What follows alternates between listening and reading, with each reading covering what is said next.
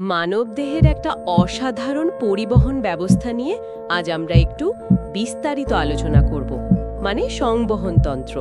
আমাদের কাছে জীববিজ্ঞানের কিছু নোটস আছে, কিছু টেক্সট বুকের অংশও আছে। হ্যাঁ, যেখানে মূলত রক্ত, রক্তনালী আর হৃৎপিণ্ড নিয়েই কথা বলা হয়েছে। ঠিক, আজকের উদ্দেশ্য হলো এই যে জটিল একটা সিস্টেম, এর জরুরি দিকগুলো যতটা সম্ভব সহজভাবে বোঝা। চলুন শুরুতেই রক্তের দিকে তাকাই। এটা আসলে কি দিয়ে তৈরি?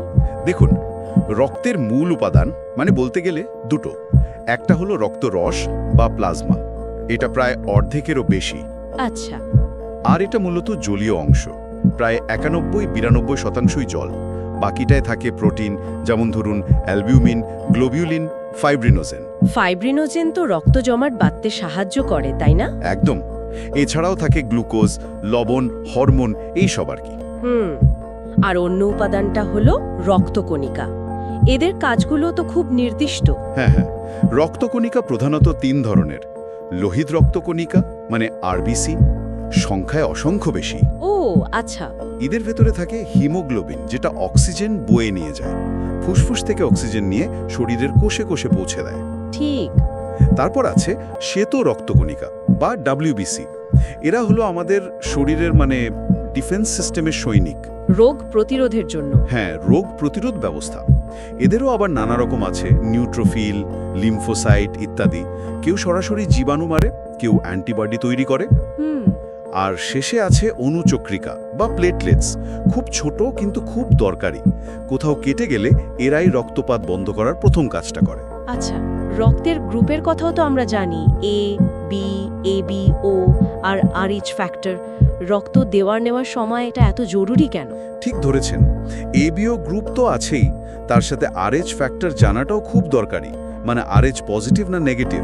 হ্যাঁ, কারণ ভুল গ্রুপের রক্ত দিলে, মানে ধরুন ম্যাচ না করলে মারাত্মক রিয়াকশন হতে পারে। বিশেষ করে গর্ভাবস্থায় একটা সমস্যা হতে পারে। ওহ, কি রকম? যদি মায়ের রক্ত আরএইচ নেগেটিভ হয় আর গর্ভের শিশুর আরএইচ পজিটিভ হয়, তাহলে এরিথ্রোব্লাস্টোসিস ফিটালিস বলে একটা জটিলতা হতে পারে। যদিও এখন এর ভালো চিকিৎসা আছে। আচ্ছা আচ্ছা। আর রক্ত জমাট বাঁধার যে প্রক্রিয়াটা, সেটাও খুব interesting. Fibrinogen, prothrombin, calcium ion, vitamin K, এরা সবাই মিলেমিশে কাজ করে একটা জালের মতো তৈরি করে, যাতে রক্ত পড়া বন্ধ হয়। দারুণ। আচ্ছা, এই রক্ত সারা শরীরে যায় কিভাবে? এর জন্য তো নির্দিষ্ট পথ বা রাস্তা দরকার। অবশ্যই দরকার। এখানেই আসছে রক্তনালীর কথা, মানে ধমনী, শিরা আর রক্তজালক।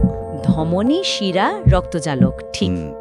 ধমনীগুলো হলো সেই পাইপ যা হৃৎপিণ্ড থেকে অক্সিজেন ভরা তাজা রক্ত শরীরের সব কোণে বই নিয়ে যায়। মানে হার্ট থেকে বেরোচ্ছে? হ্যাঁ, হার্ট থেকে বেরোচ্ছে।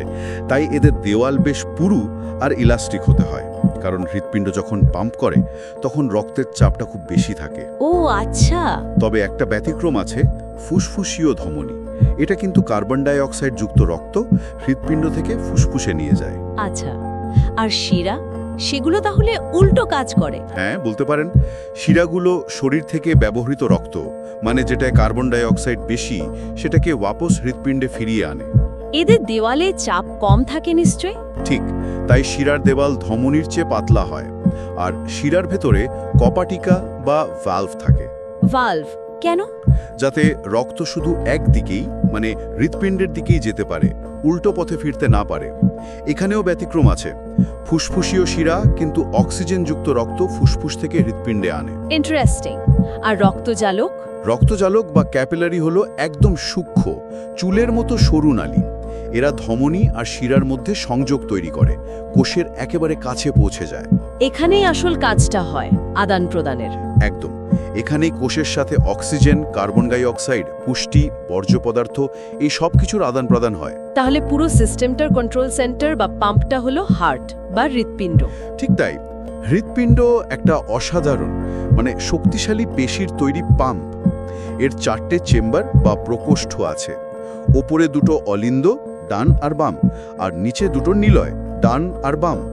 ডান দিক আর বাম দিকের কাজ কি আলাদা? হ্যাঁ, ডান দিকের অংশটা শরীর থেকে আসা কার্বন ডাই অক্সাইড যুক্ত রক্ত সংগ্রহ করে ফুসফুসে পাঠায়, আর বাম দিকের অংশ ফুসফুস থেকে আসা অক্সিজেনযুক্ত তাজা রক্ত পাম্প করে সারা শরীরে ছড়িয়ে দেয়। আচ্ছা, আর রক্ত যাতে ঠিক পথে চলে তার জন্য ভ্যালভের কথা বলছিলেন। হ্যাঁ, রক্তের একমুখী প্রবাহ নিশ্চিত করার জন্য এর ভেতরে 4টে প্রধান ভ্যালভ আছে: ট্রাইকাস্পিড, বাইকাস্পিড বা মাইট্রাল, আর অ্যাওটিক ও পালমোনারি ভ্যালভ। এরা দরজা বা গেটের মতো কাজ করে। শুনেছি আমাদের শরীরে নাকি ডাবল সার্কুলেশন হয়, দ্বিচক্রী সংবহন। এটা ঠিক কি? হ্যাঁ, এটা খুব গুরুত্বপূর্ণ একটা বৈশিষ্ট্য। এর মানে হলো পুরো শরীরে একবার রক্ত ঘুরতে গিয়ে হৃৎপিণ্ডের মধ্যে দিয়ে দুবার যায়। দুবার? কিভাবে? একবার ফুসফুসে যায় পরিশোধিত হতে, মানে অক্সিজেন নিতে, এটাকে বলে পালমোনারি সংবহন। আর একবার অক্সিজেনযুক্ত রক্তটা সারা শরীরে ছড়িয়ে পড়ে আবার হৃৎপিণ্ডে ফেরে, এটা সিস্টেমিক সংবহন। এই দুটো চক্র একসাথেই চলে।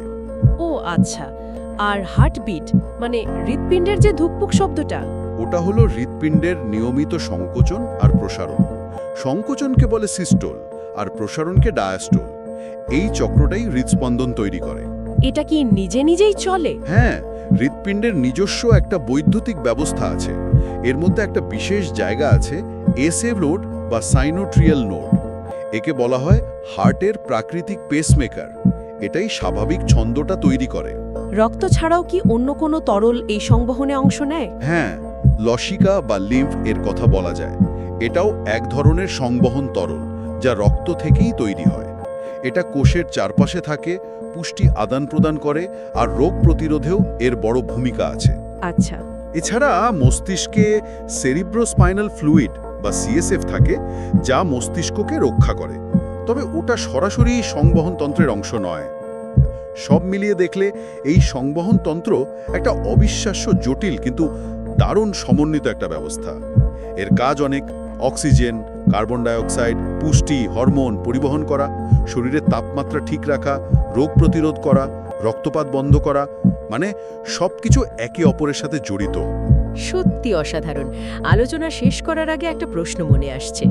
আমরা কোনো চেষ্টা না করলেও বা ঘুমের মধ্যেও হৃৎপিণ্ড কিভাবে নিজে নিজেই এত নির্ভুল ছন্দে সারা জীবন ধরে চলতে থাকে?